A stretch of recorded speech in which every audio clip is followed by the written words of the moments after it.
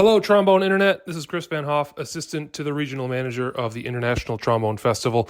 We at the festival, of course, are huge fans of the pod, and we are really excited to invite you to attend this year's 2024 International Trombone Festival at TCU in Fort Worth, Texas. Dave Begnosh is our host. We have the world premiere of a brand new double concerto for trombone and piano with the Fort Worth Symphony. We have the American Brass Quintet. We have late night jazz featuring a Latin jam session. Like, everything is happening. All the cast will be there. It's the best hang in the world, and we hope to see you there. You can register for the festival still online at www.internationaltrombonefestival.com, and it's happening the last week of May. So go register. We'll see you in Texas. Mind the gap. Please mind the gap between the train and the platform. Welcome to the Trombone Retreat, podcast of the Third Coast Trombone Retreat. Today on the podcast, we begin our new season by hanging out with multi-award-winning trombonist, keyboard player, arranger, orchestrator, and voiceover artist Carol Jarvis. My name is Sebastian Vera, and I'm joined by international mullet apologist Nick Schwartz. What's shaking? Well, definitely my mullet. Shaking in the Blowing breeze. in the wind. Yep. In that fall breeze. Yep.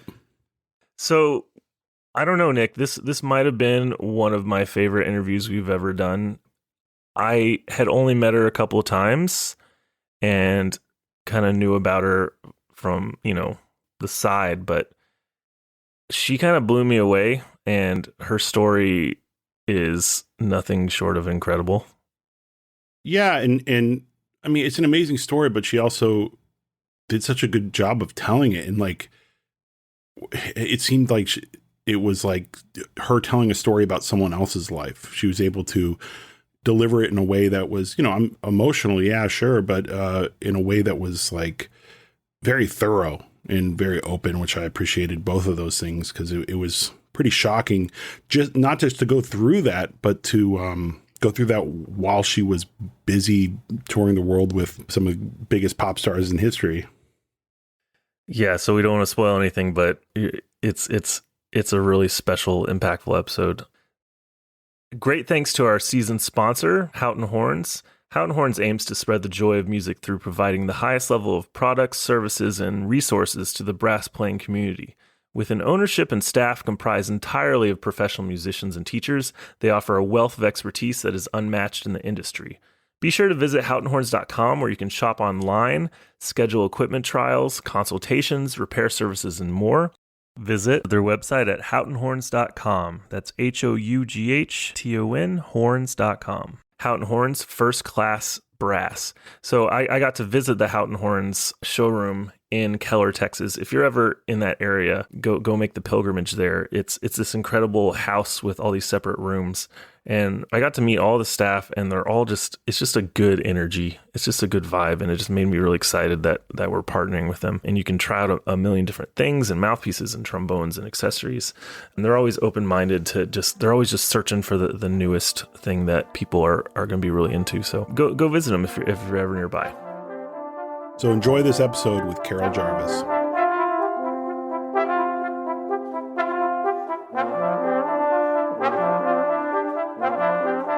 Hey, look at your cool setup. Yeah, it's pretty awesome. Yeah, I like this space. I like it a lot. Is that like your little cave? It is, yeah. Although it's quite a big cave. That's my voiceover studio in there. Okay. Which before I got this place, it was the guy's beer fridge. It was like a walk-in beer fridge. Which maybe I should have kept. I was going to say, yeah. I don't know if that's a good move or a bad move on your end. I know. Yeah. Oh, get my headphones right. Where are you coming from right now? Just outside London. Just outside London. Well, Yeah. Which direction? Just west. West. Okay. Awesome. Wow. Just beyond Heathrow. But yesterday I went to pay my respects to the Queen, lying in state. So I know Philadelphia Orchestra was just there, and I know Blair Bollinger added on a trip, and he posted that he had to wait 8 hours in line. Yeah, it's now there's a live tracker for the queue, so you know where to join the back of the queue, and It's now over 5 miles long. No Wow. way. Said some people are waiting longer than. I think it's coming up to 24-hour queue now. So what was the experience like? What was the scene like there? Honestly, I mean, I've got shivers still. I still can't even put it into words. Unbelievable. Just, I mean, you've got a matter of minutes in there. Everyone just files in silent, completely silent. The atmosphere in the queue is amazing. And I managed to, I was out by about 8:30 yesterday evening. And then I started walking along the Thames all the way to go and get a bite to eat. And the queue was just on and on and on. But the atmosphere in the queue is amazing. But then the moment you walk in there, completely silent. And yeah, it's just unbelievable. Yeah. So if you don't mind, like explain for our non-British listeners, and I know there's a lot of different feelings on the Queen, obviously. I mean, a very long life, but just like what it means and what the general feeling is and like what she meant to you. I mean, I met her. I feel very honoured to have met her backstage at the Royal Ballet after a performance. And I think, I mean, I can't speak for every British person, but I think the general feeling is it's just 1 in a million, more than a million. I mean, just, I think everything from her, everything was her actual character rather than just the duty and her job, but actually all of her characteristics of like her, I don't know, just everything she did was part of her, and the amount of things where she signed "Your Servant." So she was, wow. she looked at herself very humbly, but she just, I mean, worked tirelessly, literally. What an amazing lady she was. Absolutely amazing. Yeah. I didn't even think about how you're our first British guest, if I'm correct, Nick. And so basically you have to represent every British person ever, every British trombonist Okay, ever. So I'll do my that's best. your responsibility. You have to I know speak for everything. You tried to get me on this for ages, and I'm so sorry it's taken so long, but finally here. So thank you. Oh, you're a big deal. You've been big timing us. I understand. No problem. That's our lowly podcast. No, I mean we saw you briefly at the International Trombone Festival, and like every time I saw you, you were just like off in a corner having some serious looking meeting or trying to get something done. I mean, was it like a real busy time? Yeah, you know, the actual live trombone music I heard was about 8 or 9 minutes. And the amount of things going on at the International Trombone Festival every year, in every venue, constantly, at all the same time, and I just don't get a chance to go and actually just sit in the audience and enjoy it. So many jobs to do. Is it? I mean, just reading about you, and I'm still getting to know you now. It's like, it seems like, if I could just infer, it seems like you enjoy the being busy. Like you're always doing so many different things. Like, does that kind of get you excited? Like you like having projects? I've always got a lot of projects on the go at once, for sure. And I think, I don't know, I say this so often, that I make a living out of my hobby. So, I mean, people ask me, what is your hobby?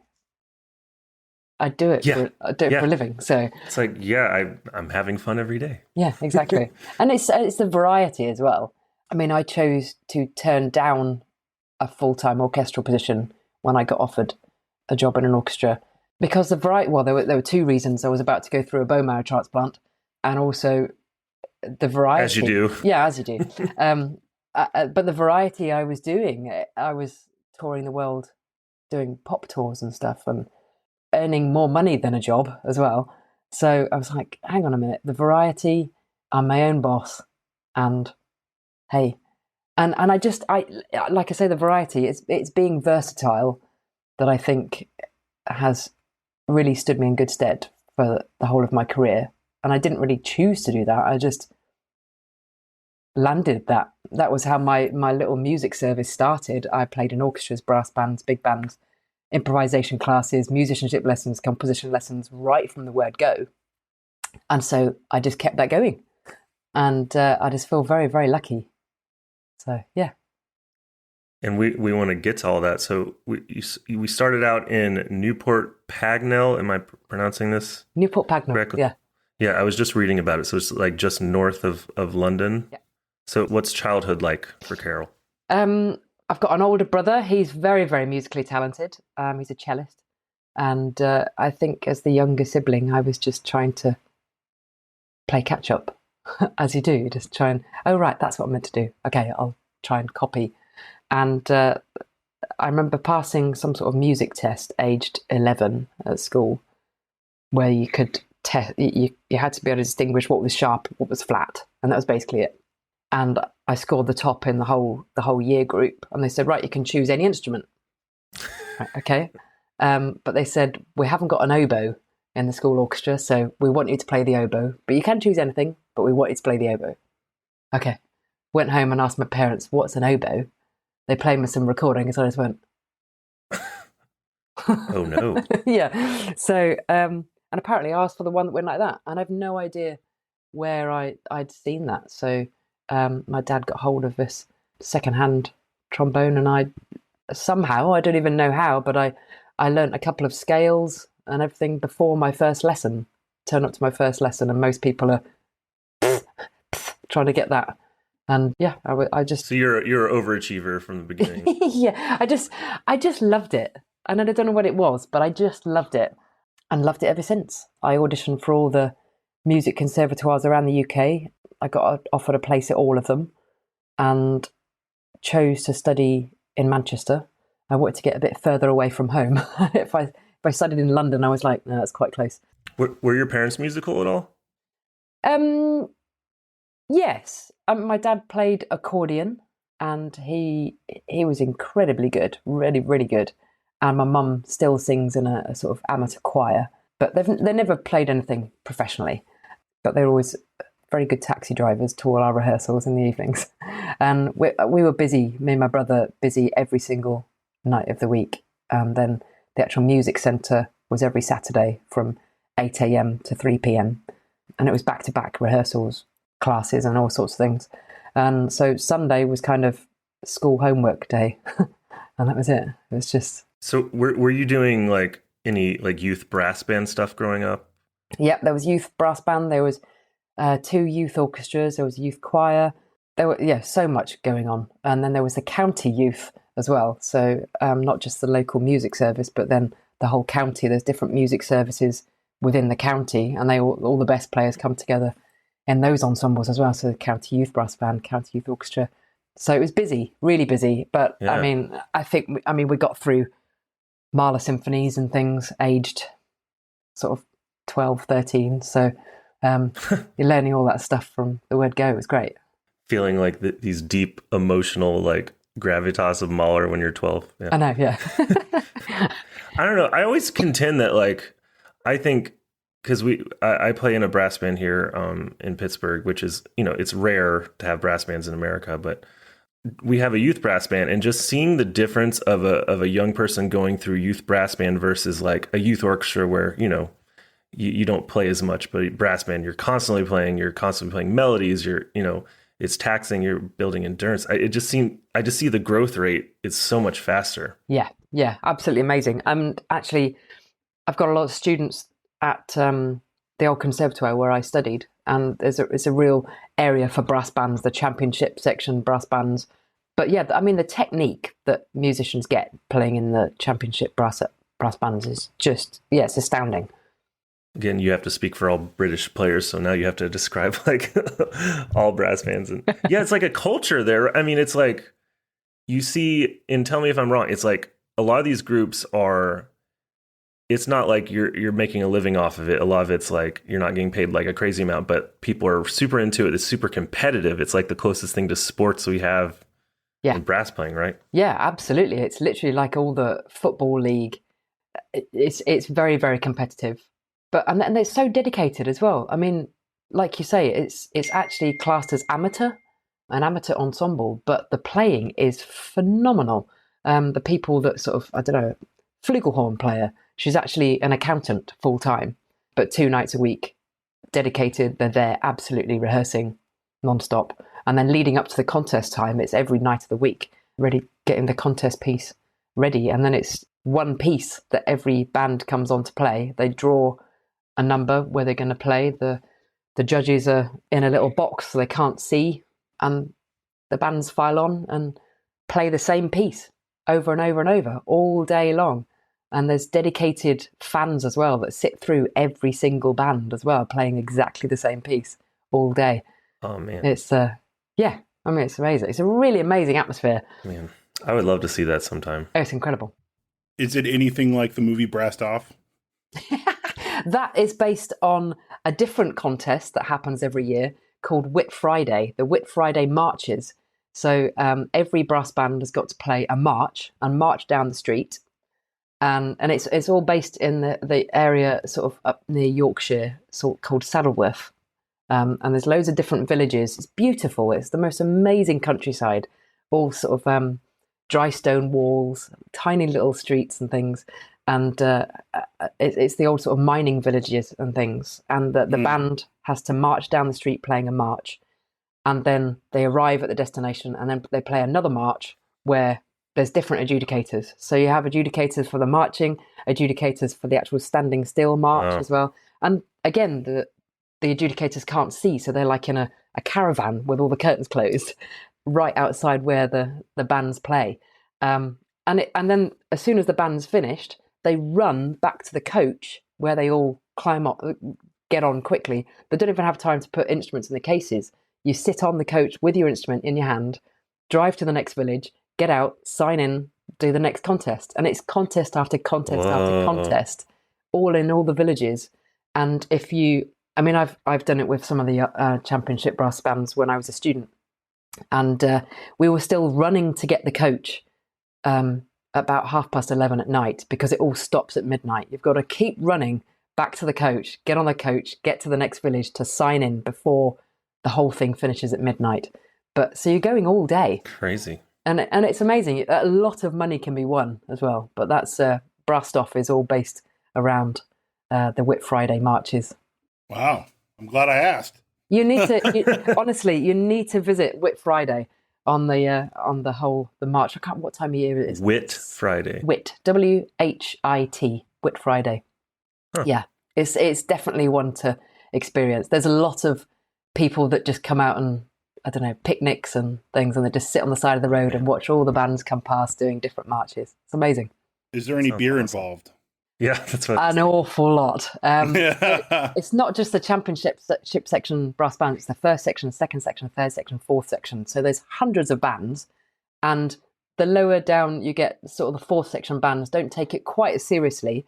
So they might do maybe 2 contests in all of the contests, and in between they sort of stay at the village for a little bit, refreshment or 10.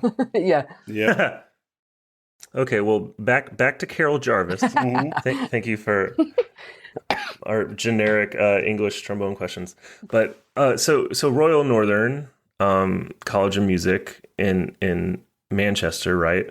And I got to go there once when I was in college for like my college wind ensemble played at the Wasbies that were there. What they're called. And I was blown away. I mean, I'm sure this is normal in Europe, but like college me was like, there's a bar in the lobby of this music school. Like, this is so distracting. There's 2 bars. You obviously didn't see the other one. There's one upstairs. That would be very hard for me to like want to go to class. You're like walking by the bar and you see all your friends in there and you're like, well, yeah, it was. Really I actually, I did choose that conservatoire because of the atmosphere that I got when I sort of go to all the open days of all the conservatoires. And I thought I wanted to go to the Guildhall in London, and obviously I got offered a place everywhere, so I had to just choose. But it was the atmosphere that struck me in Manchester. Maybe that was because of the bar you walk straight past, and it's a vibey atmosphere straight away. But yeah, I studied 5 years there. I was student union president 1 year as well, so I ran the upstairs bar that year while I was a student. And when you started school, did you already kind of have an idea that you wanted to have kind of a diverse career and doing a lot of different things, or were you like on one kind of track already? I think, yeah, when I auditioned for all the conservatoires, I wanted to find somewhere where I could continue the classical the jazz, the pop side of thing, and composition, because I was doing a lot of all of that. I was starting to write a musical before I went to study music. So I was like, right, I need Overachiever. Man. I never Seeing did any more of like 2 songs in the musical. I never got around to finishing it. So then that was one reason why I went to study at Guildhall, because the big band there, the classical side of things, the composition. But then when I went to the Northern, there was an awful lot of incredible sort of brass arranging courses. And little did I know, fast forward to all the sort of pop tours I did, the amount of transcribing, arranging that I had to do on the spot quickly. I had no idea that would come in so useful. And the big band, being able to say yes in those situations. I know. Like, exactly. Yeah, I can do that. Yeah, exactly. And then sort of learning on the spot as well. Sure, I can do that. Yeah. And the amount figure of times, it out later. Yeah, the amount of times I've done that. Yes. And then the big band there was amazing. And I auditioned and got into the big band in my first year. So I managed to get a whole 5 years of being in the big band with loads of amazing guest artists. And yeah, and obviously the classical side of things, I was taught by Chris Holding and Andy Berryman, who was principal trombone of the Halle Orchestra.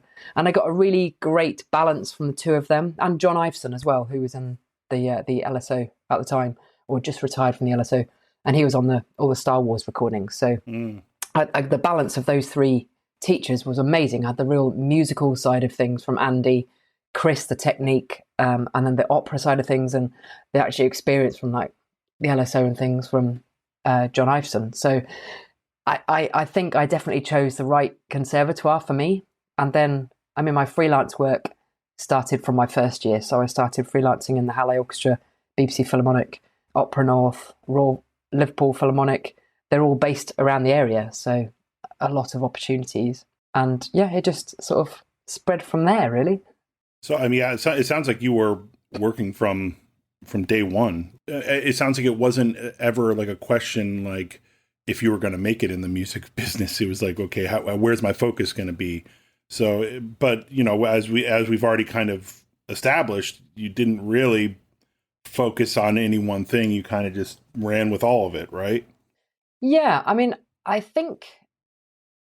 before I decided to go to music conservatoire, my A-levels, which were the sort of qualification before you go to university or conservatoire, I chose theatre studies, English, and music. And I wasn't allowed to take art, but if I could have done, I would have done art, music, theatre studies, and English, because I'm very, I don't know, that sort of creative side of me. I had to drop English because I didn't have any time to do it. I couldn't keep up. And the teachers at school were meant to be the musical director for all the school productions, but they gave that job to me. So I had to teach the whole choir, had to run the band, do the arrangements, aged 16, 17, and then conduct the whole show every night. And I had no time to keep up with any English literature homework and things. And you already speak English anyways. So yeah, you exactly. don't really need to study it. I mean, what are you going to do with that? Exactly. And then I was really getting into the acting side of things and the whole production side of putting on performances, not just the musical side of things. I found very easy. That came to me just quite naturally. I had to sort of work a bit more at the theatre, and that's what I was sort of thinking, maybe I go into that side of things. So I think the decision I had was, if I went into theatre and then came back to the trombone sort of 10 years later, opened the case, I was like, I can't play it anymore. I'd hate that. And so I thought, right, I'll follow my hobby and see where that goes. And so I didn't really take the trombone very seriously, probably until about my 3rd year of conservatoire. I got a trial with the BBC National Orchestra Wales and principal trombone job at BBC Symphony in my 3rd year. And I was like, okay, maybe I need to sort of start practicing. And so that's when I sort of thought, actually, maybe I could do this. I don't know. Maybe I can actually follow this into a career. And because the freelancing was just starting to build up as well. And just around that time, all the jobs started opening around the UK, and it was sort of musical chairs, people moving jobs. And there hadn't been jobs for sort of 25 years or something in the UK. And suddenly they'd all started popping up. And so it was the perfect time for me. And I got trials with so many of them. And and I think that's how I sort of built up my freelance work as well. So but you had a choice at that moment. Like, so freelance was starting to really build, and it sounds like you're enjoying the variety of things. You're enjoying the traveling, you're enjoying the lifestyle. But you also have this, like, you've been studying at conservatory, how hard it is to get a job in an orchestra, and it's, the stability that comes with it. I mean, how did you weigh those options? Yeah, difficult. I think I toured with Seal for 6 years and sort of became... Yeah, I want to ask about that. Okay.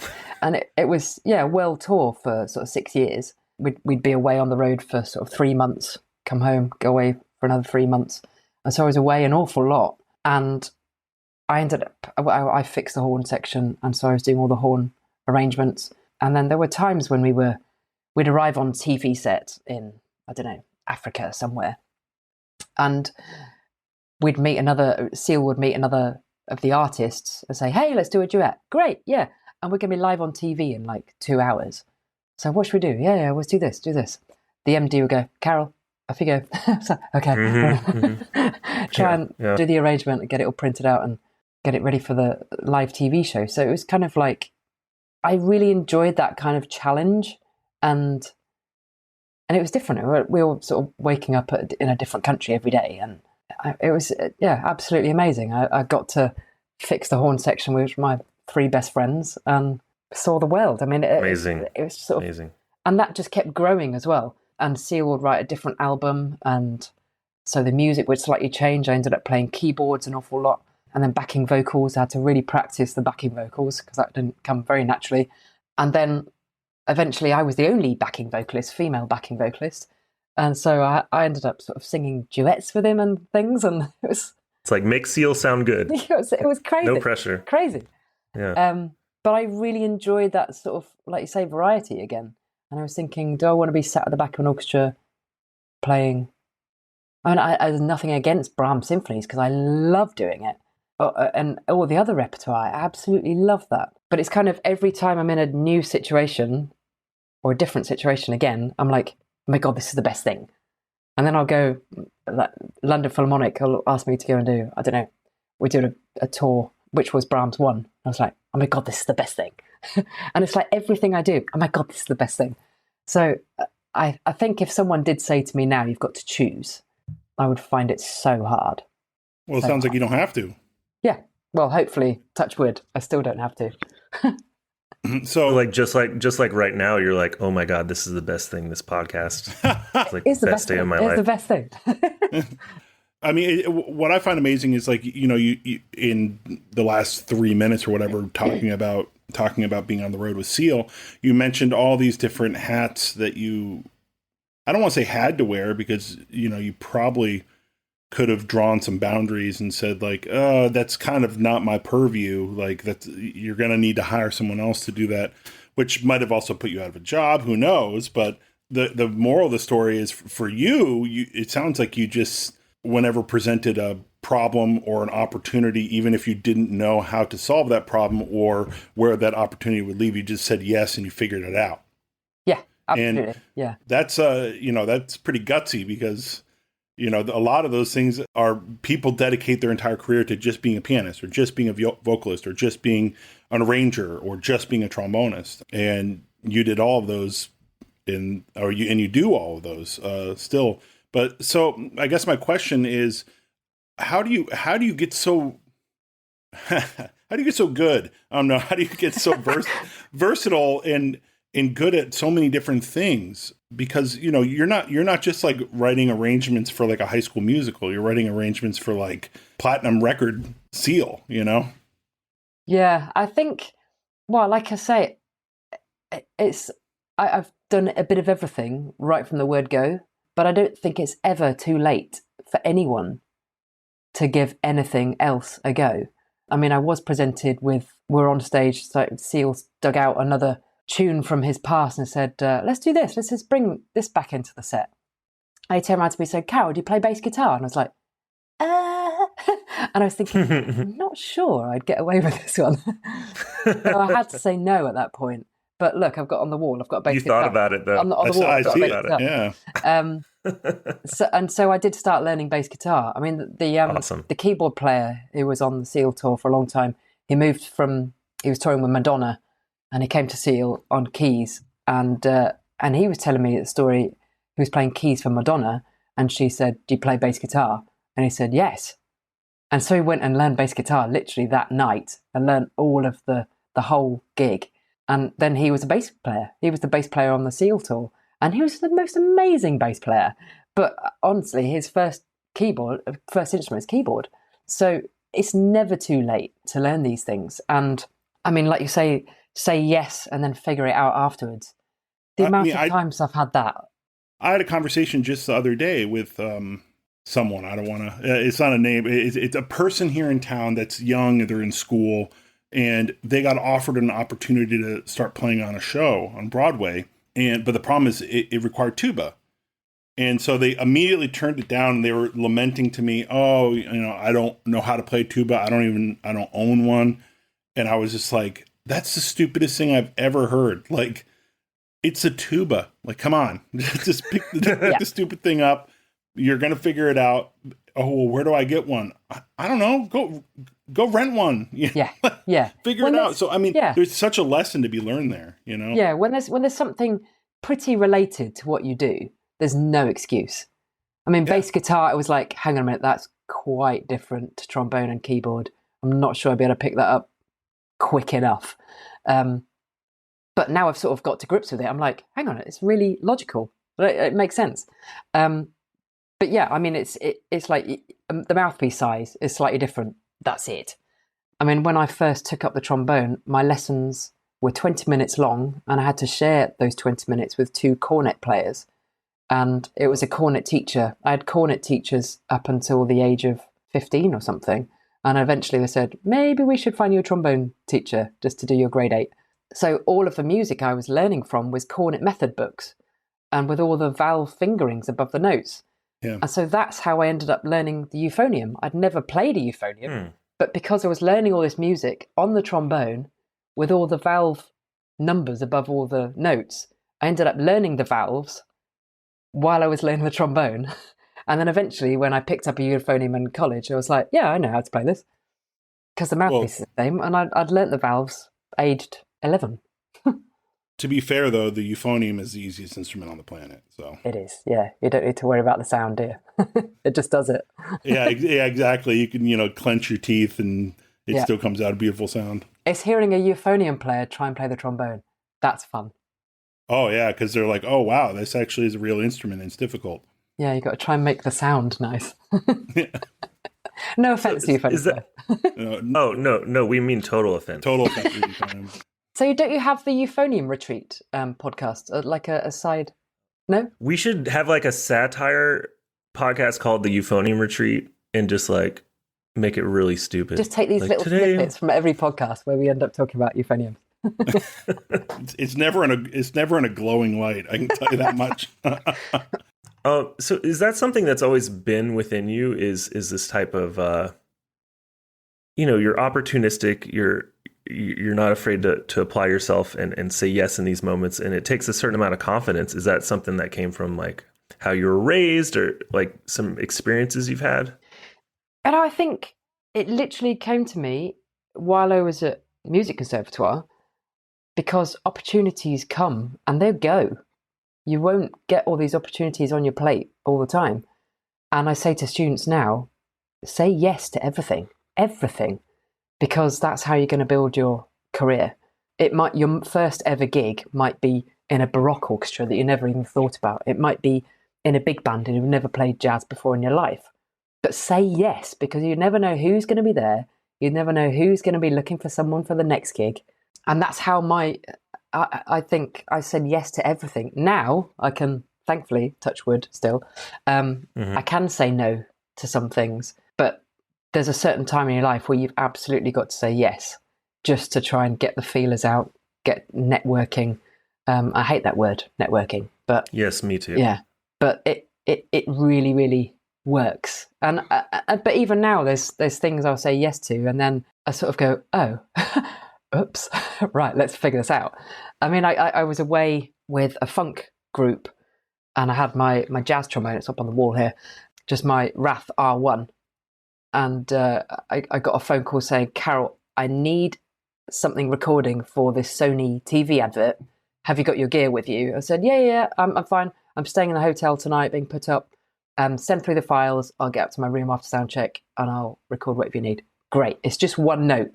Just play it a few times and then we'll slot it in. I said, great, fine. Did the sound check, went up to my room, sent the files. I was like, it's a bottom D. Can't play a bottom D on this trombone. Oh, no. Oh, you don't have the valve. Yeah. So I was like, what am I going to do? Well, I'll just play a load of bottom E's and just move them down a little bit. There you go. There we go. Put it in. No way of telling at all. You literally couldn't tell. The frequency difference, so different, so minute that actually just moving the note down one tone, and then I sent off this file and I listened to this movie, this soundtrack. I was like, wow, that sounds pretty cool. And it wasn't even a proper bottom D. So that was another example of saying yes and then going, uh-oh. Yeah, I mean, the going back to the idea of this is a little bit of I wanted to take this little branch off because you mentioned you hated the word networking, and I think that like when it's being talked about, you know, like we all as professionals mention that word, and I don't think it means what students think it means. I think they envision like going around and like shaking someone's hand and giving them a business card and we're like, nice to make your nice to meet you. Put her there. But it's like, you know, it's just through, like you said, these opportunities, your network, your like web of connection gets bigger. It's not necessarily out there like kissing asses, you know. Yeah. It's out there actually making true connections with people that, you know, they play with you, they like you, they like your company, they like your playing, and they say, oh, I want this person on the next gig. Yeah, let your playing do the talking. Yeah, absolutely. Yeah. Well, do you know the 4 stages of a musician's career? Go on. Avoid the euphonium. Avoid the euphonium. Avoid the euphonium. No. Oh, you're fitting right in. This is great. This is good. It's who's Nick Schwartz? Get me Nick Schwartz. Get me a young Nick Schwartz. Who's Nick Schwartz? Love it.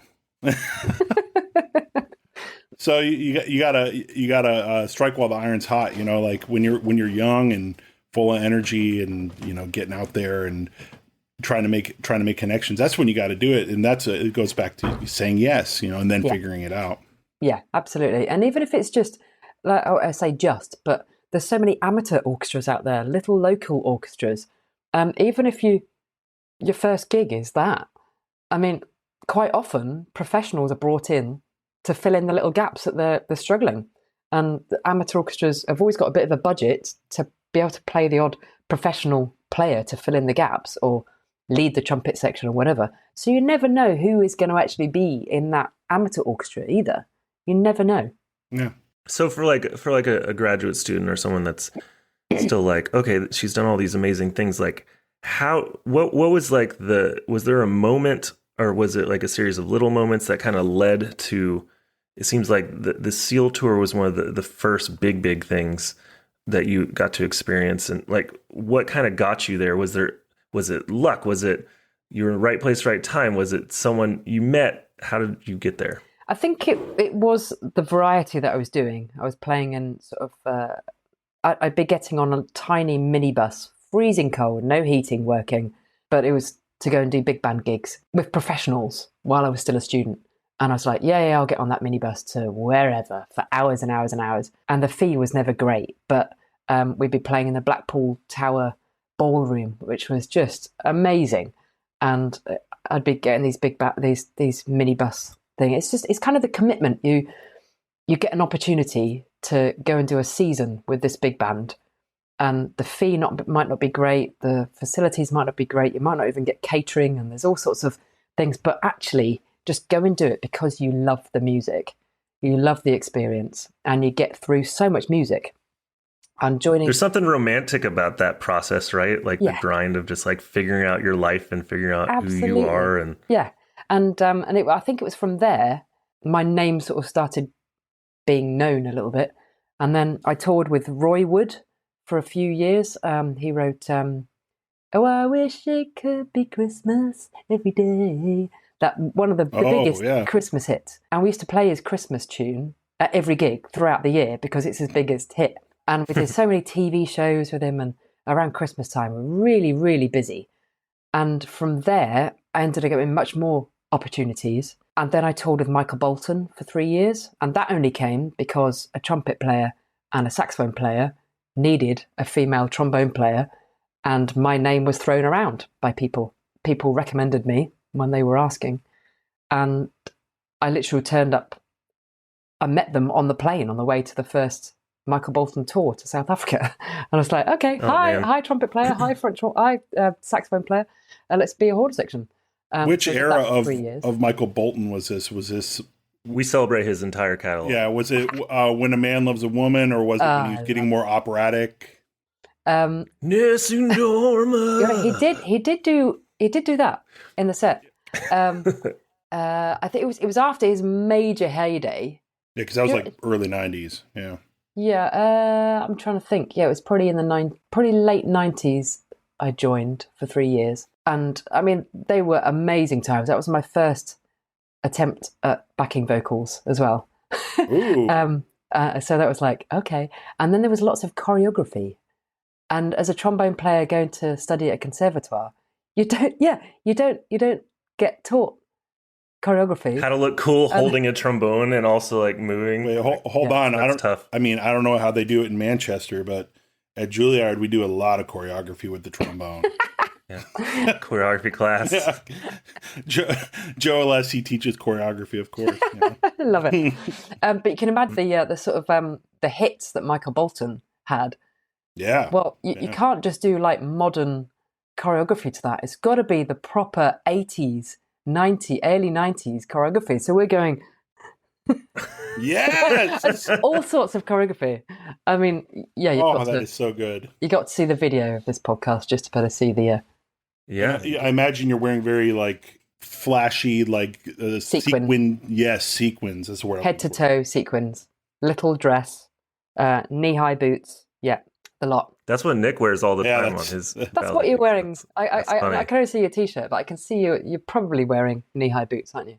Of course. Oh, yeah. That's the best part about sitting at a desk. So I have a very serious question.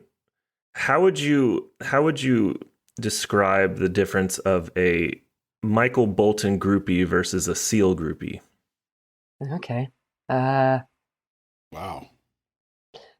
Hard hitting. I remember there was a Michael Bolton gig, and ladies are still throwing bras up on stage.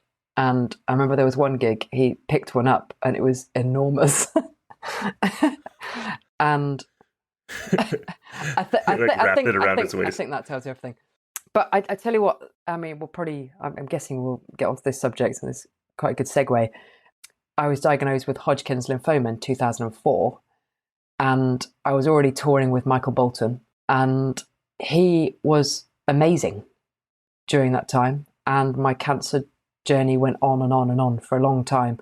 When I moved to tour with Seal, I still had cancer, and I was touring with Seal, and he was absolutely amazing as well. Both of them could have just got someone else. There was one point with Michael Bolton where he actually summoned me to his room to tell him all about what I was going through.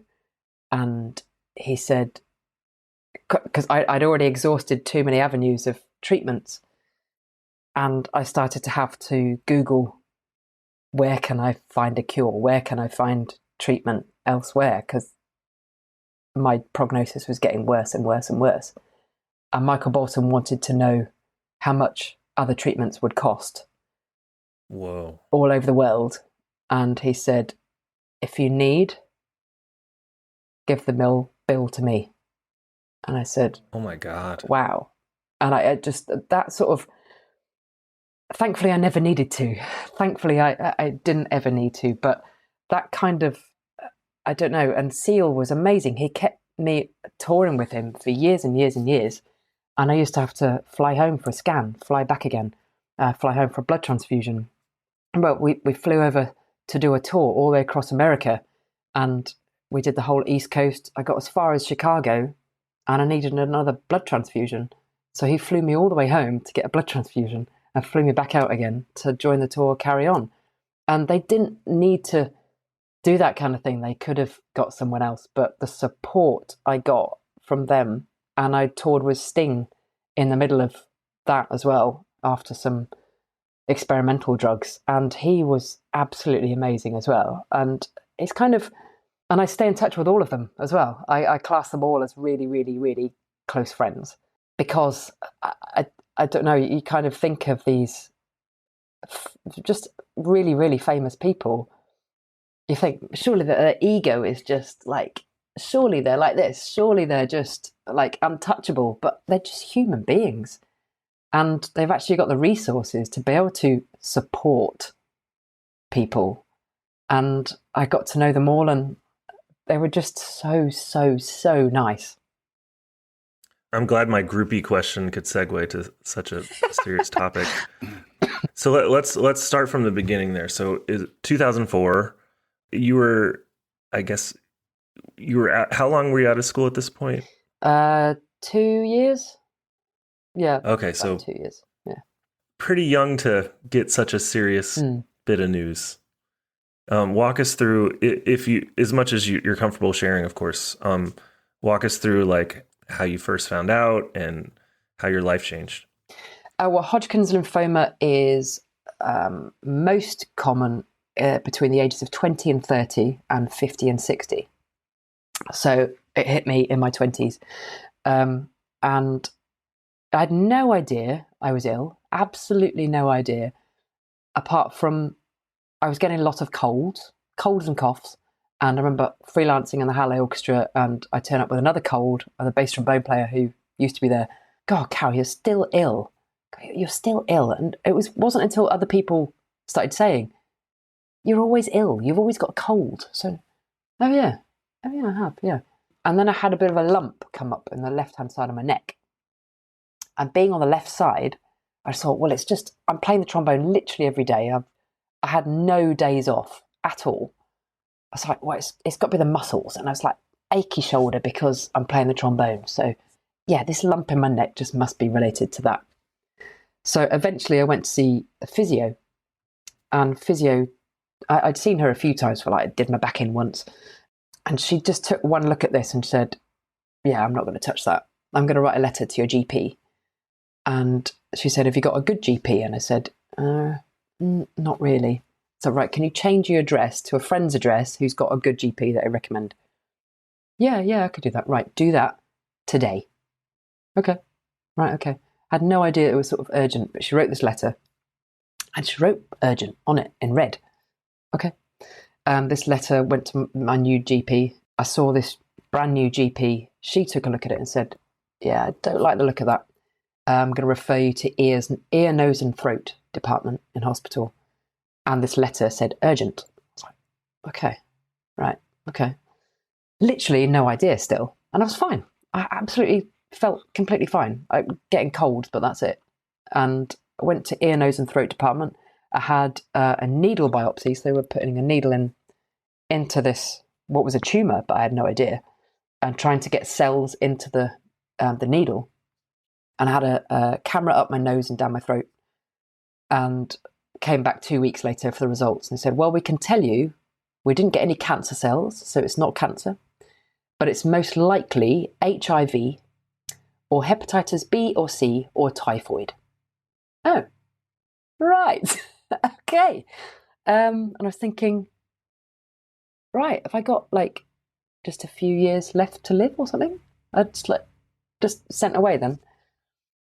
And I said, right, we'll bring you back in a couple of weeks' time. We'll take a node out and we'll have a diagnosis then.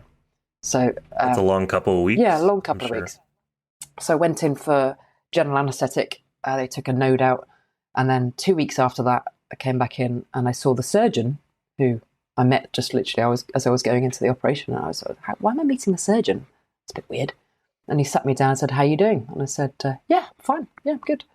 Still completely no idea. I think my mum came in with me, and she'd done some research. So, yeah, I think she knew what was coming, or roughly what was coming. And he said, well, you've got lymphoma. And my mum said, which type? Is it Hodgkin's or non-Hodgkin's? I was like, what? Wow. And he said, it's Hodgkin's, and we need to send you for a CT scan to see if it spread anywhere else. And then your treatment plan will be worked out after that. It's like, right, okay. And I knew that was cancer.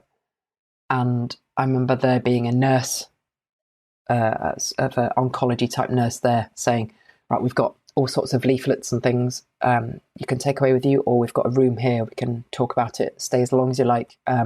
We can go through anything you want to go through. And I said, no, get me out of here. Get me out of here. I'm done. Get me out of here. I was just suddenly terrified. And I opened the door and left. And I didn't even shake his hand or say thank you. Or my mum grabbed the leaflets and said, sorry, whatever. And I just had to go. And that was the start. And then the CT scan sadly showed that it had spread in between my lungs, and it was 15 centimeters round in there.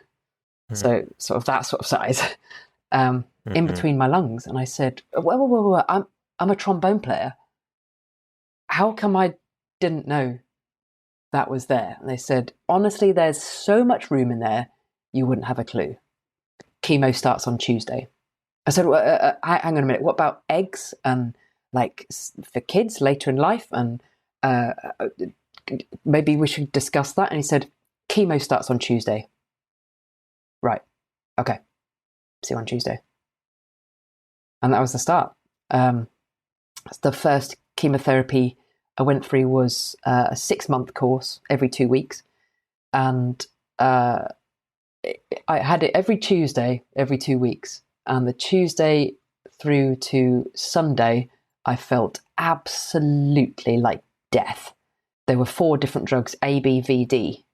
The initial of each drug that goes in. And the V, vinblastine, I mean, it sounds pretty terrible. That just wiped me out. And all I could do was sit on the sofa for the rest of the week. And I was just doing a touring show then, Chicago, touring around the UK. And we went to Europe as well. And the fixer there said, well, if you can do every other week, come and do that. So I did. So every other week I was on tour.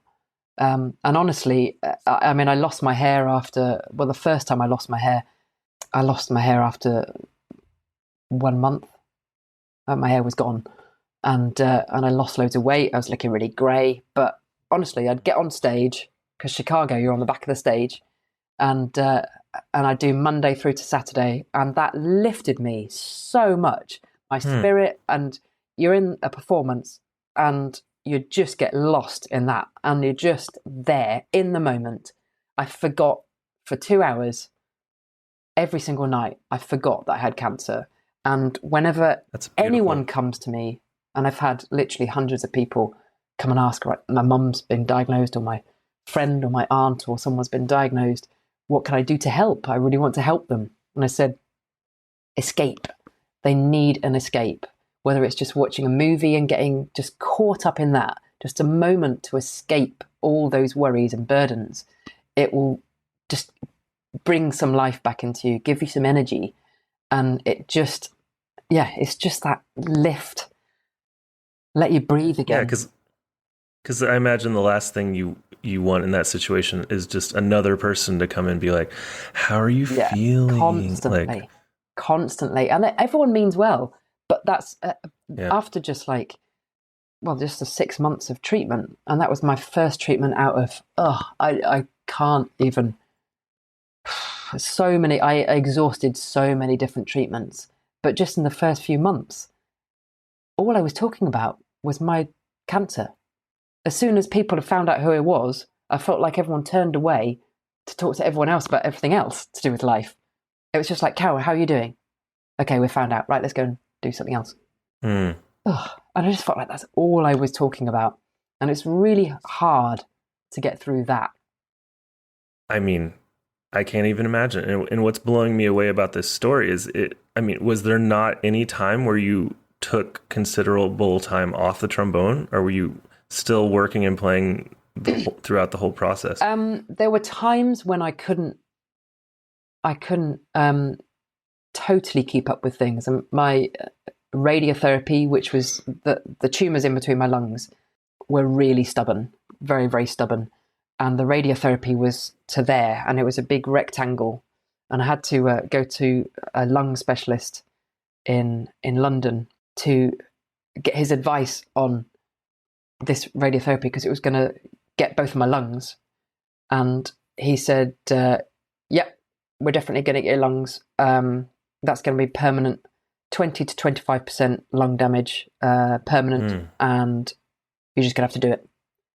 I went, I'm a trombone player. And he went, Carol, this is your life. Oh, okay. Let's forget the trombone. Let's just forget that.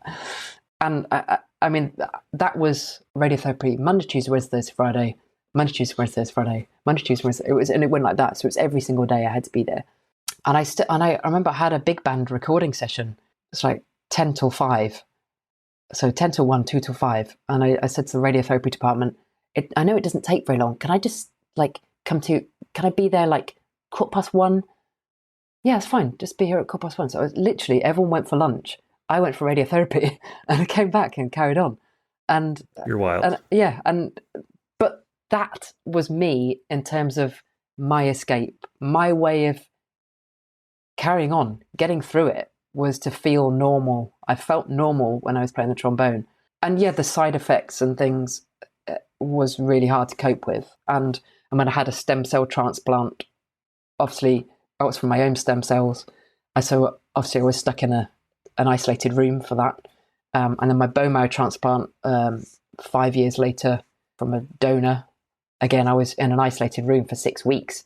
So there's times when I couldn't work, obviously. One of my clinical trials, basically I exhausted every type of chemotherapy, radiotherapy, stem cell transplant, and my prognosis hit literally rock bottom. And my specialists were saying, you need to get your head around the fact that you're not going to survive. This was 2006, they started saying that. And I said, but I feel fine. I'm touring the world. I feel fine. What's going on? And every treatment they tried, okay, Carol, this has failed as well. And so prognosis, literally rock bottom. This treatment has now failed. This treatment has now failed. This treatment has now failed. We've got nothing else. But I feel fine. What's going on? And they said, Carol, there's a tumour that's 4 centimetres between your lungs that is slowly killing you, and we can't stop it. And that was the first time I went, okay, right. So what are we doing now then? And I said, well, we're going to try and find clinical trials, experimental drugs. If you're willing to sign up to these things, then we can give that a go. And thankfully, my oncologist, where I was being treated, I was in the biggest cancer hospital in Europe. I had no idea that I'd studied just up the road, music just up the road, and I drove past this hospital every day. I had no idea it was the biggest cancer hospital in Europe, the biggest clinical trial centre in Europe as well. So the treatments from all over the world were coming, the trials and things were coming to this hospital. And the first clinical trial drug I signed up to, the response was good. And so my oncologist said, right, okay, this is interesting. Yes, it's failed because it's not cured you, but this is the route we need to go for you. Right, okay, what else is there then? Well, nothing right now, but hopefully there will be. It's like, okay, quick, someone invent something. And so I went through the second clinical trial drug I went through. There were only 3 people chosen to do this trial. 2 people in London, 1 in Perth in Australia. So 2 of us in London. I went down to London to this hospital, never met this other person because I had to be shut away in a lead-lined room for 9 days because they injected me with this highly radioactive clinical trial drug. It got wheeled in, surrounded by lead. It was just a syringe that size but it was on a And trolley. you're like, I'm going to put this in my Yeah, body it was on now. a trolley, huge trolley, surrounded by lead to protect people from this syringe. They wheeled this thing in, connected it up to my arm, and it slowly dripped in. I felt absolutely fine. And the people that were administering this, they had to go and wait outside the door with this lead screen from like their chin down to their sort of knees to protect their organs from me. And they were in the doorway, like quite a long way away. And then they came back in, wheeled this thing back out again once it had gone into my system. And then I had to sit there for 9 days until my radioactivity had dropped for me to be safe enough to be amongst people again. So a guy with a Geiger counter came to the doorway every day and held this Geiger counter at me. And I've got a video on my phone right here because I didn't believe it. I videoed this guy with this Geiger counter going tick, tick, tick, tick, tick, tick, tick, on this Geiger counter. And I said, so what's a regular person like register on a Geiger counter? Like someone just walking down the street. They said it's about 0.01. I said, oh, okay, right. So what am I today? You're 65. You're not coming out. All right, okay. So you must have some sort of superpowers. Well, that does just go down and down and down. And then eventually I was allowed out. But then I had to, for the next 2 months, I had to keep 2 meters away from everyone. And I think another month I had to keep a distance away from pregnant women because I was a danger to everyone. So you were when coronavirus came around, you were ready for the social distancing. You already knew how to do it. But I mean, the crazy thing about these clinical trials is, I mean, I had no choice. I had either said no to them and I died, or I sign up to it and hope for the best. But they haven't really got the results from side effects and all these things. So, and I had a pretty crazy side effect from that one. I came out of that isolated room. I then went on tour with Sting, and I even wanted my photo taken with Sting. And I said, look, I've got to tell you, I've just had this treatment. I'm not meant to come close to you. He went, come here. I said, no, I have to tell you this. I'm a danger right now. He went, I don't care, come here. And I had my photo taken with him. But I think it was a week after the tour, I started to come out with this rash that started sort of in the middle of my tummy and just spread outwards, up towards my head, down my arms, down my legs, and to the point where I was covered in this rash. I couldn't even see my skin through the rash anywhere on my body. It was just solid rash. And it was so painful. And I went into hospital to see the specialist about this trial drug that I just had. And I just lifted my T-shirt just like an inch or something. And he just sat back in his chair and went, whoa. And I said, what can you do? And he said, I don't know. We've never seen this before. You're number 22 on this list. We've no idea. It's like, and he just said, we guess you're kind of being sunburnt from the inside outwards. Oh my God. Okay. Nice. Thank you. But thankfully, it slowly it started to disappear from my tummy and spread outwards. And the last bit of my rash was like on my fingertips. And my fingertips were all bleeding. I had plasters on them all. There was like, all this rash was just slowly leaving. And then once it had gone, it was like, oh.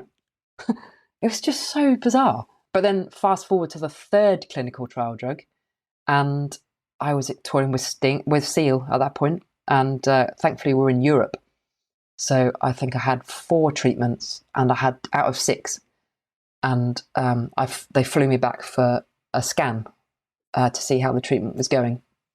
And I flew back again the next day just to Paris. So thankfully it was really close. And I landed. It was the kind of flights I was catching just to try and keep up with the tours was just ridiculous. There was one time I was in Moscow and I had to do 2 connecting flights through the night just to get to the treatment chair by 11 a.m. the next morning. And the rest of the tour would carry on to the next venue and have a day off. I'd get to this chair, go, right, okay, get the needle in and I'll just sit here and go to sleep. And all these people around me are like turning up for their chemo of, the bus was half an hour late this morning. So I've just come from Moscow. Shut up. But honestly, I went for this scan landed back in Paris, and 7:30 in the morning, I just landed and jumped in this taxi. 7:30 in the morning, and I had a phone call from my specialist. I was like, that's a bit early. It's like 6:30 in the morning over there. I'm in Paris, 7:30. This is really early. And he said, Carol, you're in remission for the first time in 7 years. Wow. You've got 2 more treatments to go, but this is looking really good. I was like, I'm in remission for the first time. No sign of cancer for the first time in 7 years. And I knew at that point I can't celebrate yet, because a clinical trial drug, they don't know what it does. You might get to remission for 10 days and it goes back. And then I've got to try and find something else. And my options were getting worse and worse and worse in terms of trying to find anything to cure me. But I got to remission. And you had 7 years of battling this, staying strong through that. You couldn't just like allow yourself to even experience that moment, right? Where you're still kind of numb. Not at all. And definitely numb. But I also knew, because they started looking for an unrelated bone marrow donor match for me for a few years, just in case I did get to remission, they needed to find a donor. And so they did find a donor. They found 2 matches out of 11 million people. One was pregnant, so they couldn't ask her, because they gave me a month time frame to decide whether to go for the transplant or not. And thankfully, this German man said yes. He was a perfect match. God. And so after these 6 treatments, they gave me a month to go away and decide. They said, right, if you leave it like that, we guess you probably live for about 3 years, roughly. We guess, because it'll probably come back. Or you choose to go for the transplant, but we have to talk about the mortality rates. And it's a 30% survival rate. So you either choose to go for this. If it works, you could live to a ripe old age. If it doesn't work, you could have a week, maybe a month, maybe a few more months. Is this just from rejection? Yeah. So, and the anti-rejection drugs you're on for just over a year, and they slowly lower that down, and they want to introduce this thing called graft versus host disease. So the graft is the donor versus the host, which is me. And they want the two to fight a little bit, but you get too much of one and it doesn't work, or you're dead. And that's it. So they want to introduce a bit of it, and it comes up in like every single organ in your body has some kind of, like your eyes, your fingernails, your liver, your kidney, your heart, everything responds to this. So there's all sorts of, you've got to tell them everything, even if it feels like my fingernails have gone really strange. You've got to tell them, because it could be a sign, and that then they need to adjust your drugs. It's just so vital to get that completely right. And it was so strange because over the years, I wasn't getting my head around the fact that they kept telling me I was dying. They kept telling me to go away and get my head around the fact that I wasn't going to survive. And so they actually sent me to a psychologist to help me get my head around the fact that I was going to die, because I was touring the world, and I was just like, no, this isn't real. I'll just close the door on the hospital after that treatment and I'll go back on tour. And they were worried about that. So I did see this psychologist, amazing psychologist, and some psychologists didn't work for me, because I was like, no, I don't want sympathy. I don't want any of that. If you want me to see a psychologist, you've got to find someone that's going to challenge me. And this psychologist was absolutely amazing. But when I got to this bone marrow transplant situation, I was like, right, okay, this could be the end. And I didn't realize that I had got my head around the fact that I was going to die. I didn't realize that until I got through the bone marrow transplant. And then gradually, I mean, it was from the donor bone marrow transplant, your blood type has got to change to your donor's type. And normally it takes a couple of months. For me, obviously, being slightly strange, it took me 2.5 years for my blood type to change. So throughout that time, I couldn't produce my own blood. And red blood cells, once they get down to about 6, you can't breathe, you can't move, because the oxygen you need to move your legs, it's bizarre until you experience it. It's really bizarre. You can't walk up the stairs. Your legs just won't actually move. You're moving so stiffly because the oxygen is not going around your body. And that was when I started the tour in America. So I did the East Coast. They topped me up right up with blood. Did the East Coast, went as far as Chicago. Top me up. Oh, they did top me up. Every 2 weeks, I had a blood transfusion weird. for 2.5 So weeks. like a cut on the arm could be not good. Yeah. Like that situation. If I didn't, just losing any if blood. it didn't clot, then yeah. But I got as far as Chicago, and my blood had got down to about 6, and I was like, I'm struggling to get upstairs to the dressing room now. So that's when they booked the flight, and I flew all the way back home, and they topped me right up again, and then that did complete the tour. But I mean, there were so many side effects for that. So finally, I'd got to remission, but the recovery from the bone marrow transplant was 2 or 3 years, because 2.5 years I couldn't produce blood. So I had blood transfusions every 2 weeks, kept topping me up. And they kept trying all sorts of things, including chemotherapy of all things, to try and kickstart the blood. And my DNA changed, my blood type eventually changed, and it was literally overnight. And I went back in for another blood transfusion, and they went, oh no, changed. Oh, what? It's done. I went, yeah, blood type's changed, DNA's changed. Off you go. Ah. Wow. Was this the first moment that you actually accepted that you're going to be okay? Well, that's because I'd seen. Or has that ever come? Because I'd seen that psychologist to get my head around the fact that I was dying. It was then that I really started to struggle. That was my first sort of psychological start of everything I'd just been through. They then had to send me to a psychologist again to undo all of that, to help me learn that I've got a future, and it's okay to have a future, and it's not scary, because I was suddenly like, who am I? Do I want to play the trombone? Do I want to live here? I don't know what my identity is without this cancer, without this, like, sort of, I don't know, safety net. Well, it's almost like, you'll see people who get in like a bad car wreck, but they walk away from it. And in that moment, like a really like horrible traumatic car wreck, in that moment, some people are very, very calm. And it's not until, an hour later that they realize what they went through, and they start like breaking down, because they realize like, holy crap, that was traumatic. But I think it's for some people a coping mechanism to like kind of remain calm, and like it's almost like a dissociation in a way. Yeah, absolutely. And I mean, it was a psychologist that I saw then, because I found the future so scary, so daunting.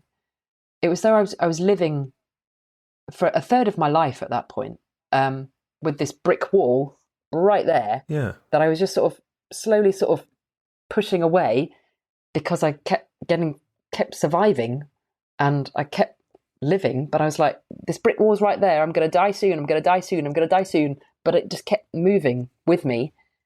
And then suddenly it was gone. It was like I'd been thrown to outer space. And I was like, oh my God. And you couldn't dare during that experience to allow yourself to be excited about something in the future, right? Because it would just be like, oh, that's not possible. So I can't be excited about these things. So you're like living, like you said, with this wall of just kind of being present, I guess, and just dealing with things. Yeah. Okay, Carol, I mean, I have so much I want to unpack now. First of all, thank you so much for sharing that. I mean, I'm blown away, and it's a lot longer process than I realized reading about it. First of all, I mean, it happened in a time in your life where most people should be dreaming about their futures, excited about their futures, figuring out things, still discovering yourself. And you hit this wall of like, holy crap, everything's changed. This might be the end. So first of all, how did you stay strong throughout this process? And was part of it just like a healthy bit of denial, like you're saying? Yeah, there was definitely a big dose of denial and determination. And I think there's no way I would have got through it without. I think the determination I didn't really feel was there. What I knew I had to do was carry on trying to feel normal. So even when I was going for the clinical trial drugs, I thought, right, I'll go to the hospital, I can be a laboratory rat, and then as soon as I leave, close the door, I'm back to me again. I'll go back on tour, I'll go back and do this. And I think there was definitely a subconscious part of me that thought, right, if I'm going to die soon, I don't know when, then I better make the most of life now, quick. And so the fact that I was touring the world was perfect. I was seeing the world, I was with my 3 best friends, I was living it up as much as I possibly could. You can imagine, a pop tour. I mean, it was party, but serious, proper work as well. So just turn up in a new country every day. You have a few hours sightseeing, you go and do the gig, the rider in the dressing room, loads of champagne, get back on the tour bus, stay up for a few more drinks, go to bed, wake up in another country. And it was just amazing.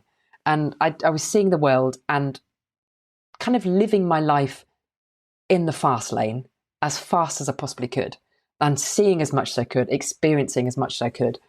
When I go to sleep, I'm like, no, I can't sleep too long. I can't sleep too long because I'm going to miss everything.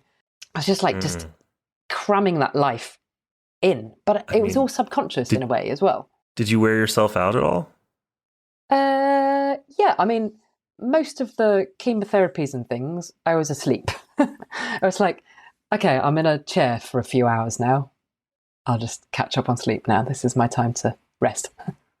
Now, yeah, it kind of leads me to a question I was going to ask, because, I mean, the things that you were doing during this time were bucket list gigs, and, you know, some people could only dream of doing the things that you were doing. Do you think that because of your diagnosis and prognosis at the time, were you truly enjoying what you were doing, or was it escape, or was it both? That's a really good question. I think I was living every moment. And I remember in the thick of the treatments as well, like the bone marrow transplant was the drugs they give you to break down your immune system, to get rid of your immune system, to make way for a new one. Those drugs were so awful. And I was in that isolated room for 6 weeks. And talking about living in the moment, you've got to, at that point, you can't look ahead. You can't look to the next day. You've sometimes got to get through the next hour, and you've got to break it right down. And that was one of the best advice I got from one of the nurses. Just break it down to the next 30 minutes if you need to. Just get through the next 30 minutes. And then once you get there, take a breather, then do the next 30 minutes. And it just slowly built up again. But I think when I was in the touring the world and in between treatments and things, and again, I was just living there and then. And that's all I could do. I remember going back to what you said a little bit earlier. I remember sort of, I couldn't look ahead, but I'd get offered some gigs like 2 months' time. I'm like, yeah, put it in the, I'm free, put it in the diary. In the back of my mind, I remember sort of saying to myself, you won't be alive then, but you put it in the diary anyway. And I remember thinking like that all the time. I think, well, you won't get there, but I'll put it in the diary because I'm free. And that's the way I was thinking all the time. And then when I saw this psychologist once I'd got through everything, he was amazing the way he talked and talked and talked and let me talk and talk. But he talked more than I thought a psychologist would do. And eventually we got to this point where he said, well, how did you live your life before all of this and during all of this? And I said, well, literally in the moment. And he said, people strive to do that all their lives. If you're scared about the future, you're daunted about having years ahead of you, months, years ahead of you, forget that. Just live in the now. If you know how to do that, do it now. Carry on doing it. And that's how I started getting my life back on the right path again. And even to this day, I think I still live in the now so much that I don't know, have I got ambitions? Have I got I've got lots of projects on the go all the time, and I'm busy writing another album, which I'm going to come out with some singles in the spring, hopefully, and something just quite a bit different. But I'm sort of looking ahead thinking, the spring, that feels like quite a long way away. And so I'm still sort of like, I've got these little projects that have got like a goal, but I don't know if I've actually got an ambition because of what I've been through in a way. I don't know. I mean, it's funny to talk about, you know, I mean, it is a traumatic experience going through what you went through, and it's hard to define it in terms of there can be gifts from it, right? Like the gift of perspective and the gift of, you know, true happiness. I mean, almost every religion almost teaches you true happiness is always in the present, right? And living in the present. So, I mean, do you feel like you got gifts from this experience? So many gifts. It sounds so strange for sort of 9.5 years going through all of that to actually thank that experience. I thank it every single day. I'm so glad I went through that. Yeah, if I could change things, I'd probably make it less than 9.5 years. It was quite a long old journey. Less radioactivity. Yeah. Just like one treatment, and that would have been nice. But actually, my perspectives, you ask any cancer survivor, any cancer patient, have your perspectives on life changed? It's 100% yes, 100%. And my mum would even say that my personality is completely and utterly different to before the cancer, because I'm just so literally open to everything, and I see the beauty in everything, literally everything, even the mundane things of everyday life. I love it. I literally love it. It's brilliant. There's been a lot of people. I don't know. It's an ongoing thing now. It's not like we're purposely trying it. There's been a lot of people that have cried on our podcast, and you're going to be like the first person to make us cry. But man, what a beautiful story. And it leads me to ask, like, are you capable, or is it still a struggle to allow yourself to be optimistic about things, to dream about things, just from those instincts of having to be so protective of yourself for 7 years? I think I've always been a dreamer anyway, so I think that comes naturally to me. Sort of the really creative side allows me to be so imaginative and creative and dreamy. I don't know. So I think that does come naturally to me. But I think if you ask me, what's my goal? I'm not sure. Not sure about that. But I feel like I'm just sort of floating along and just sort of doing as many projects as I like. And just maybe that is the goal. Yeah, maybe it is. Maybe I get to an actual end of a project at some point. I don't know. But oh, yeah. Gosh. Tell me about it. But I mean, the music I'm writing at the moment, and I hope there's going to be an end goal of that and actually produce something. I've got some videos ready to go, some mastered tracks ready to go, but it's all got a summer vibe, so I'm going to have to wait till the spring till I start releasing it. So, wow, yeah. So we look forward to checking that out once it gets released. Yeah, and I mean, and you're busy enough. I mean, you were president of the British Trombone Society, president of the International Trombone Festival. You're about to be president of the International Trombone Association in 2023. Yeah, next summer, I think. Yeah. Oh wow, that's come around quick. Madam President. Quick. Yeah. So, as if you're not busy enough. I just said yes. That was another thing. I thought, I'll figure that one out when I get there. Oh, it'll be easy. Yeah.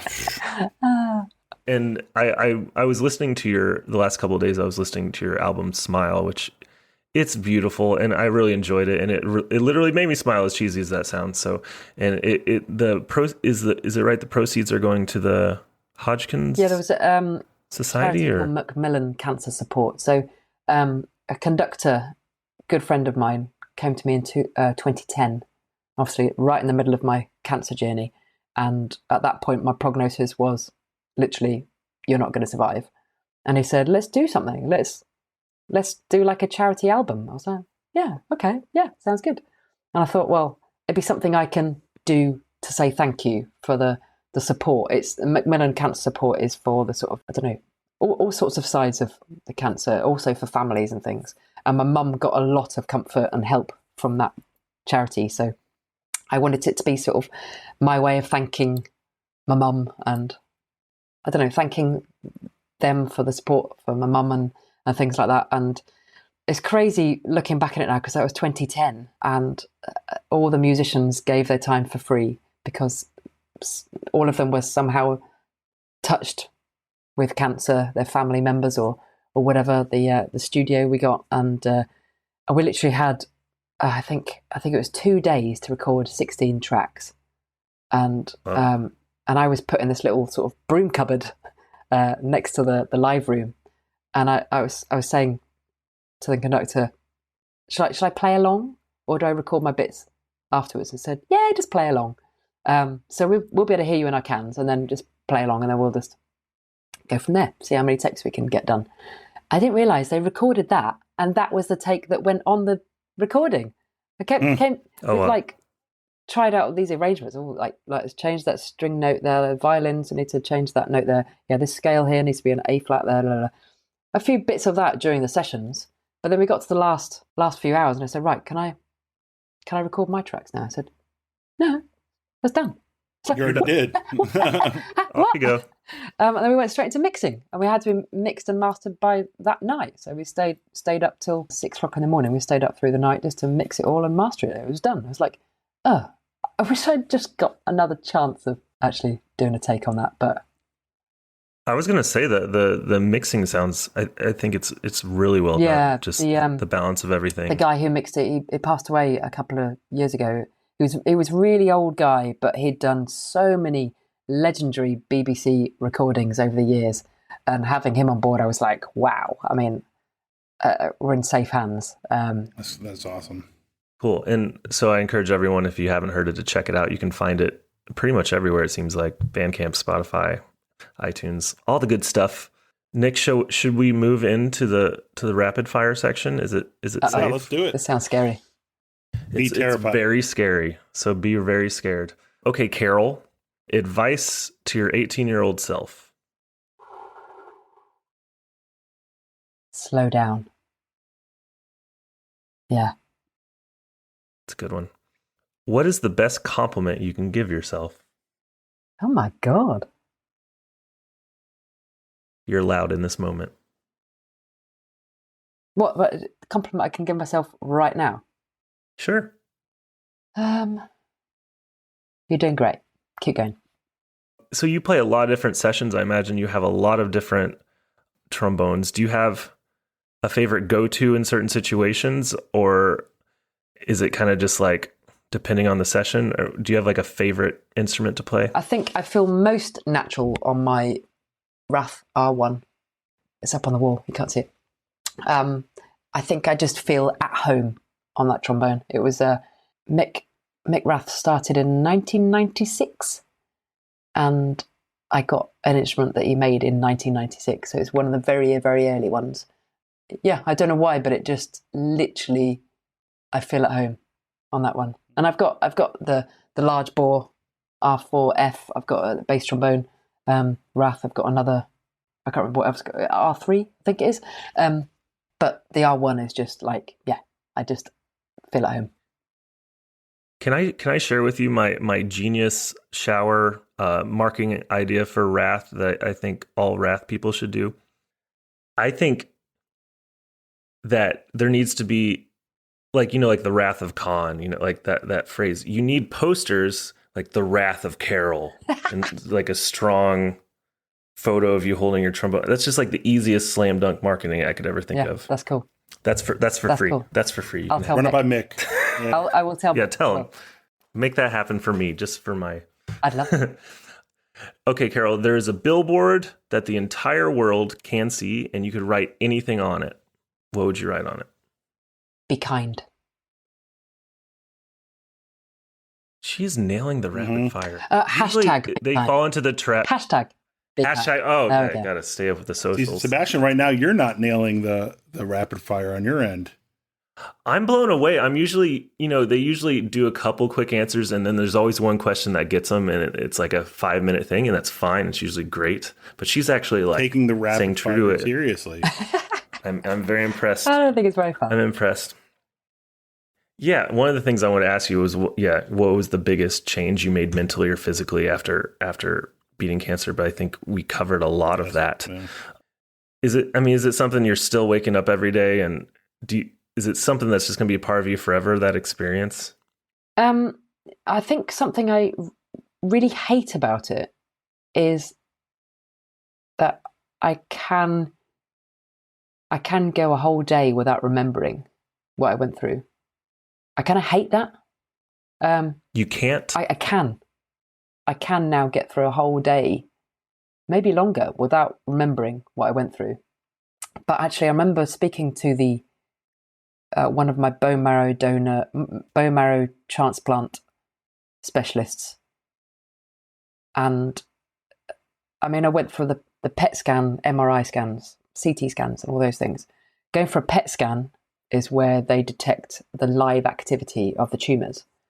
And the people there only normally see a patient once or twice through their journey. And I was there every 6 months. And they were like, "Oh, it's you again. You've been coming for like 6 years." I was like, "Yeah, I'm here again."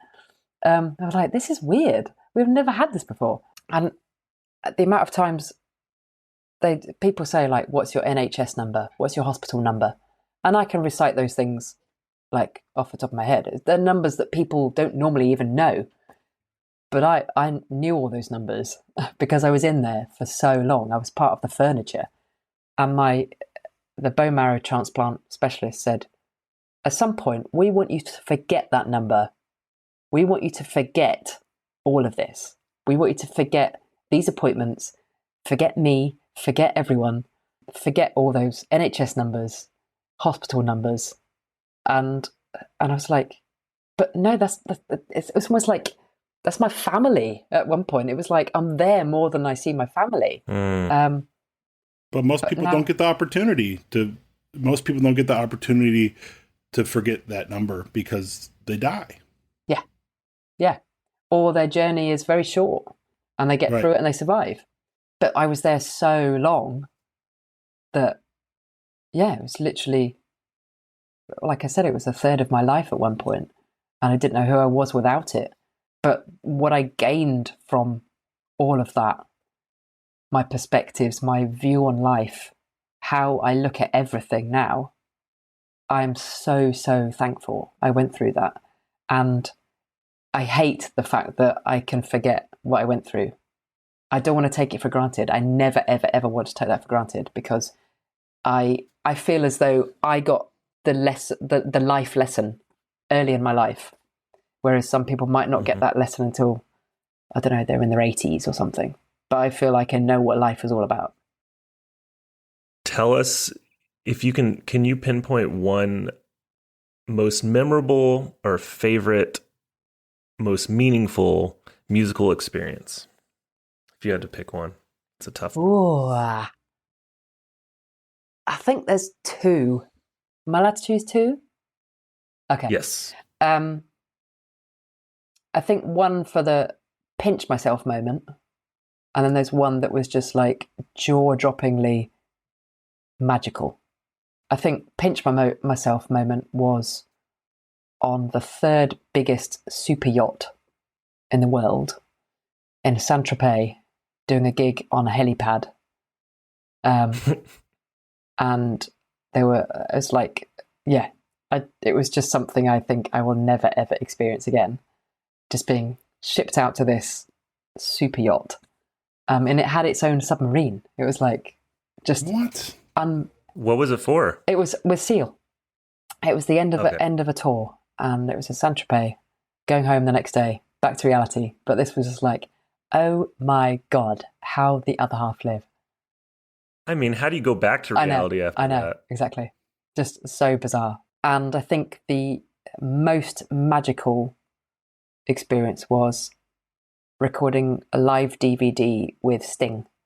That guy, the talent is out of this world. His musicality, his intonation, I was so amazed by his singing. He was playing a lute, And just before we went on stage, backstage, because I was the fixer for all the musicians, so I fixed all the string section. Just backstage before we went on stage, he was hanging out with us, and he said, "Hey, cello, can I borrow your cello?" This guy said, "Yeah, of course, yeah, here's my cello." And he just sat down and played a Bach cello suite. It was like, wow. this is Sting playing a Bach cello suite.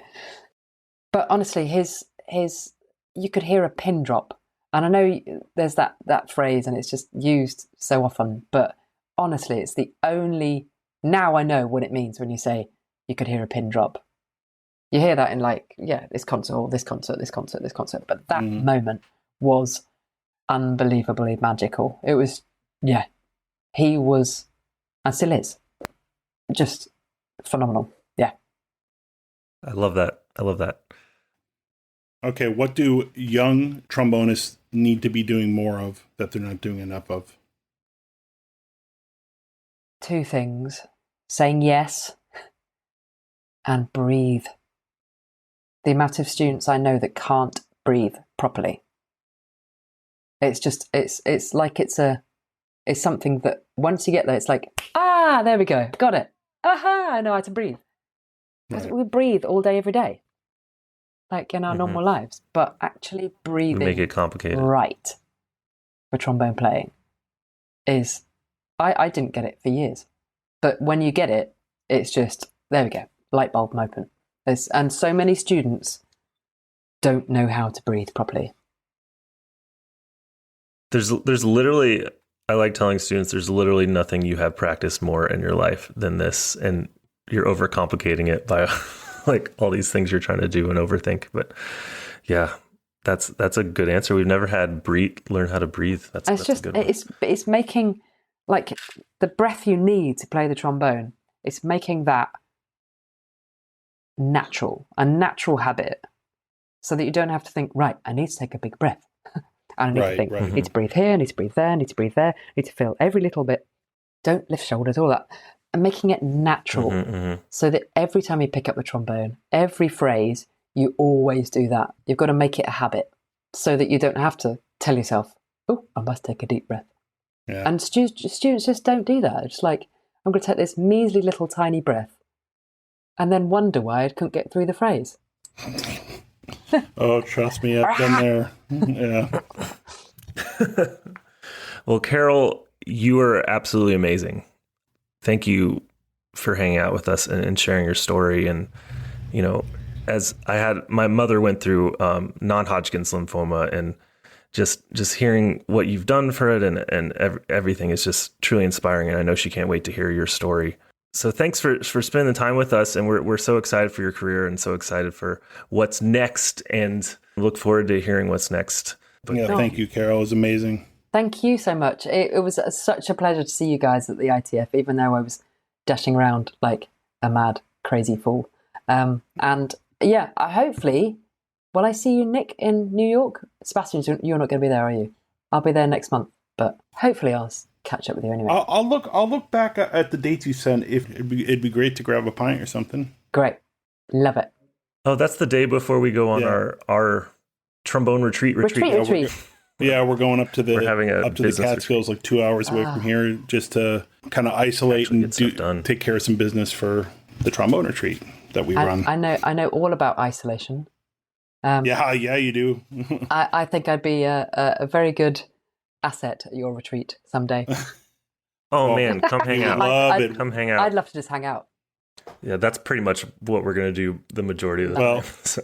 Yeah. Well, thank you so much, Carol. Really appreciate it. It's an absolute honor. Absolutely. Thank you for persevering and getting me on. Of course. Absolutely.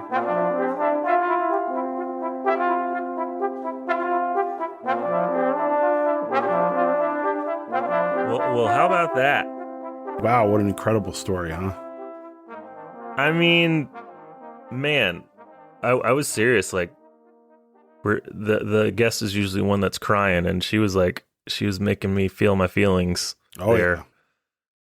Yeah. Man, I had no clue. I mean, I had heard some stories about that, you know, there's a lot of cancer stories, you know, and I'm not trying to minimize that, but I heard she had gone through something, but I didn't know the extent, and the extent was like so much more than I could have even imagined. Especially, most of the time when you hear people talk about going to like, okay, we have to try experimental therapies now, like that's when you start to think, okay, it's kind of over at this point. And it actually worked out for her. And the thing that the thing that floored me the most, I think, about the interview was when she was talking about that she had to learn how to live again. Like she had to learn how to be optimistic about life again. That almost broke me. Yeah, because I mean, for such a long period of her adult life, she was waiting for the other shoe to drop. It's like, okay, what next? What's going to come and get me now? And yeah, the experimental drug thing, I went through that with my dad. And when those words came out, it was like, we actually didn't do it because it was like the experimental medicine came with all sorts of side effects, and the risk to reward ratio was just in the wrong direction. And that's usually what you hear about these experimental therapies is that, it's experimental for one of various reasons, but one is usually it's like, this is kind of a Hail Mary of sorts. So yeah, that was a very poignant moment. She kind of said it so in passing, like, oh yeah, and then we were doing experimental treatments, and then we were doing this, and talking about being on the road and flying back in between shows to go get like a blood transfusion. It's like, I mean, it's just crazy. I mean, I think most people wouldn't survive that, not just because of the severity of the illness, but there's so much to be said about your outlook. And, people talk about how people handle being sick and how some people are handle it with grace and other people don't handle it with grace, but that really contributes a lot, I think, to how you can overcome such an illness. I think you have to have a positive outlook, and you have to remain hopeful. Yeah, that makes me think about how it used to always confuse me when I would hear people say like, oh, I beat cancer, or they beat cancer. And I always was like, isn't it just like a matter of if your doctor, if it was physically capable of happening and your doctor cured you? What do you mean you beat cancer? Like, what did you do? But now the more I learn about these things and see how much of your attitude and mindset, obviously it's not everything, but like can contribute so much to the healing process and giving you better odds when, inside you still believe and you still want to live. Like it's such a powerful thing. And you see how it's aided the rest of her life. And she's just such a proactive person. I love being around those energies, proactive people that just want to be their best and affect the world and discover things and create things. And she's doing all that. And she's, running everything and doing so many different types of work. And it seems like she's having a lot of fun. And it seems like she has figured out how to enjoy life. Yeah. And, like, she's definitely living I think the model example of how to be successful in this business, because it's like, she talks about, oh, you have to arrange this for a horn section for Sting. Okay, well, I've never arranged, but okay, here we go. Or like, hey, you got to play keyboards on this, or hey, you have to sing. It's like, oh, I'm not trained to sing, but here we go. I'll give it a go. And it's like, say yes and then figure it out. I've talked to a lot of older New York freelancers who got their big break by saying yes and then saying, okay, well, I have to play tuba. I don't own a tuba and I've never played one. Okay, we'll figure this out. And that's how they start going, Yeah. I played euphonium on a PBS special documentary about Abraham Lincoln for that exact reason. Exactly. Do you play euphonium? Sure. When is it again? Yeah, exactly.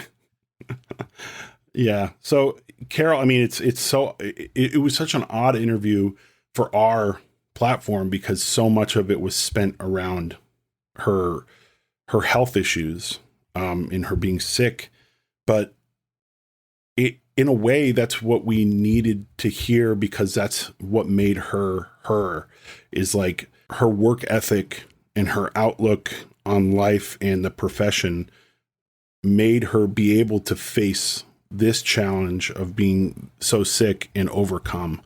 And not let anything really drop while she did it. I mean, she was still out there working harder than anyone. I mean, it's crazy what she was doing. I don't understand how you do that being healthy. Seriously. I love that I think it fit perfectly because, yes, this is a trombone podcast, but it's more how we describe it. It's universal stories of all these things told through the eyes of trombonists. So she's a trombonist, but the podcast wasn't about the trombone. It wasn't, we talked about it a little bit, but it was about her life, and that's what I love doing, because everyone has a story. That's what we've learned through doing this. Everyone has a story. Everyone has experienced things, good and bad, and we can learn and empathize with all of them. And it's so cool. And I just feel lucky we get to do this. I'm so excited about this season. First of all, this is our first cohesive season. We're going to be consistent. It's going to be 15 episodes and putting out on I think around bi-weekly, 2 to 3 week basis. And we already have a lot of guests lined up, and we're just so excited. And I think it's going to be the best season we've ever had. Well, technically our first season, but because we've thought about, I don't think we've ever really thought about trying to put together a season with the idea of like balance and cohesiveness, and trying to just like get, a wide variety of people on, and thinking far ahead for that. I think it's going to make it a really enjoyable listening experience, and for us an interview experience, getting to talk to people who come at the trombone from, different places and different styles and, different age groups and all sorts of stuff. I think that all that is going to make it really fun. Lots of audio goodness, and they get to hear those Nick Schwartz bass voice tones. The Sebastian raspy tones. Raspitons. And of course, you can watch videos of all of our podcasts on Patreon, plus a million other special features and classes. And we have side podcasts where we have a podcast called Now Hearing Candidate 1, where we just interview people about their audition successes and their process, how they prepared, how the audition went, everything they were thinking during it. It's been super fun. I've gotten to talk to a lot of interesting people, and I'm doing another one called Meet Your Maker, where I talk to craftsmen, talk to Christian Griego. I've talked to Peter Pickett, Alexis Smith, and just breaking down how the processes and just nerding out on equipment. And we have a lot of other special classes and trombone tips and things that we do, excerpts of the month with Nick, and it's really fun, and we're really enjoying doing it. So go sign up on patreon.com/trombone retreat if you're interested. If you enjoyed the podcast, tell a friend and subscribe everywhere you download your podcasts. Also, please consider being a patron on patreon.com/trombone retreat, and also leaving us a rating and review on iTunes and Spotify, as it helps us out quite a bit. A special thanks to our friends at Houghton Horns for supporting this podcast season. Make sure to visit them at houghtonhorns.com.